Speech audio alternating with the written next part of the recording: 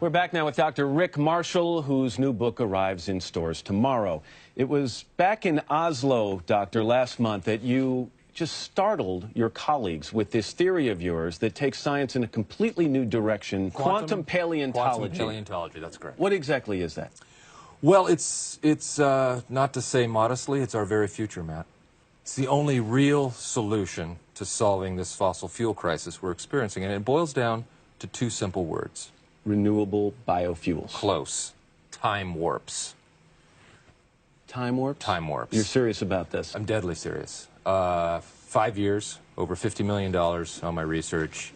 You've spent $50 million of your own money studying time warps? No, that's adorable. No, taxpayers' money. I don't have $50 million. And now you're asking for more. It's all explained in my book. I know we plugged the book. My other car is a time machine. Bantam Books, Amazon.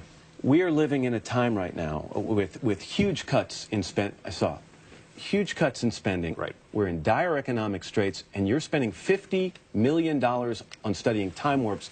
How do you not think that's irresponsible? Well, are you smoking? No, I'm making a balloon animal here. But you can't smoke in the studio. Okay, no one told me that. You can't. Fine. There are huge amounts of trans-dimensional energy out there just waiting for us to throw the switch. Energy crisis averted. You are asking people to stake the entire future of industrialized civilization on what you call parallel dimensions. What about the critics who have a fair question, Doctor? They say this theory of yours is not science, it is non-science, and some are even more blunt and they say it's nonsense. How do you respond to that? My critics. Your critics, and there are a lot of them. Can you be more specific? Stephen Hawking. Stephen Hawking says this is nonsense. That's his word. Okay, you know what? This interview's over. Why? Because what your producer said, you wouldn't bring that up, all right? It's a fair question. No, it's not. It's a hatchet job. That was my guest, Dr. Rick Marshall, Goddamn whose right book it was. arrives in stores tomorrow. You might want to look for it in the I'm Out of My Freaking Mind department. When we come back, trampolines, summer fun, or silent killer. Are you out of your mind? What, are you crazy? Unfortunately, preserving our non-renewable resources isn't as easy as traveling through time warps, nor is it possible.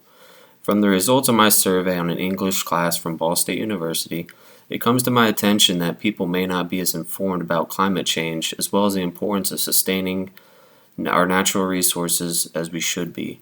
This is important because once we run out of non-renewable resources, it is gone forever.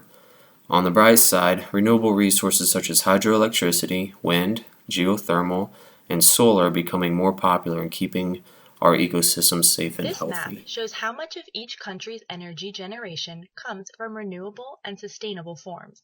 While the United States is in red, showing its majority use of non-renewable resources, many countries are living sustainably, such as Canada, Sweden, Norway, and Brazil.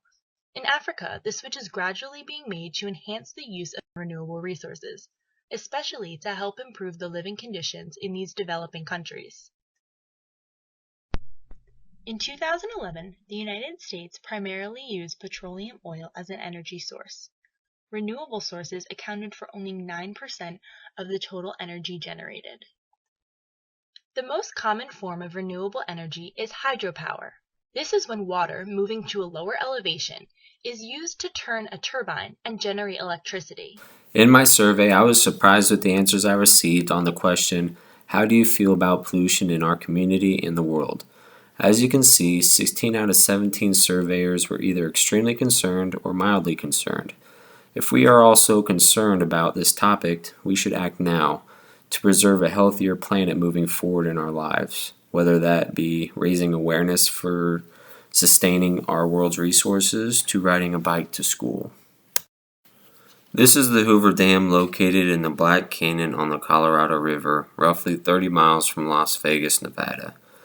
Built from 1939 to 1936, this was a major victory for human civilization and groundbreaking in producing natural electricity.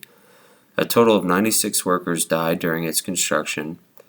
Weighing over 6.6 million tons, this structure produces a little bit more than 2.064 million kilowatts.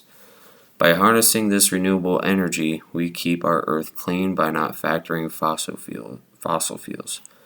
Although a structure like this can't fit into many communities, you can see the benefits something like the Hoover Dam would produce. With different geographical locations, we can implement their natural power systems, which eliminate the use of fossil fuels in the future.